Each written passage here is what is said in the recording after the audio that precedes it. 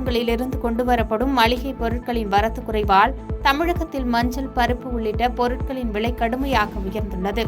தமிழகத்தில் கடந்த சில மாதங்களாக மளிகை பொருட்களின் விலை தொடர்ந்து அதிகரித்து வருகிறது. குறிப்பாக சென்னையில் கடந்த பிப்ரவரியுடன் ஒப்பிடுகையில் பல மளிகை பொருட்கள் ரூபாய் 10 முதல் ரூபாய் 20 வரை விலை உயர்ந்துள்ளது. கனமழை, வெள்ளம், வறட்சி உள்ளிட்ட பல்வேறு காரணங்களால் தமிழகம் மற்றும் பிற மாநிலங்களில் மளிகை பொருட்களின் உற்பத்தி கடுமையாக பாதிக்கப்பட்டுள்ளது. இதன் காரணமாக வெளி மாநிலங்களிலிருந்து தமிழகம் கொண்டுவரப்படும் மளிகை பொருட்களின் வரத்தும் குறைந்துள்ளது.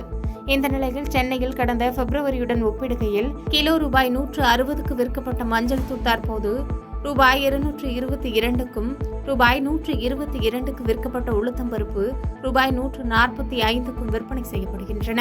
இனிவரும் நாட்களில் பருப்பு வகைகளின் விலை மேலும் உயர வாய்ப்புள்ளதாகவும் வியாபாரிகள் தெரிவித்துள்ளனர்.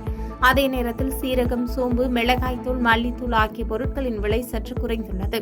சமையல் எண்ணெய் விலையில் பெரிதாக எவ்வித மாற்றமும் இல்லை. பாதகம் செய்பவரை கண்டால் நாம் பயங்கொள்ளலாகாது பாப்பா. மோதி மிதித்து விடு பாப்பா, அவர் முகத்தில் உமிழ்ந்து விடு பாப்பா. அண்மை செய்திகளை உடனுக்குடன் தெரிந்து கொள்ள இணைந்திருங்கள் இயம்நாடு தொலைக்காட்சியுடன்.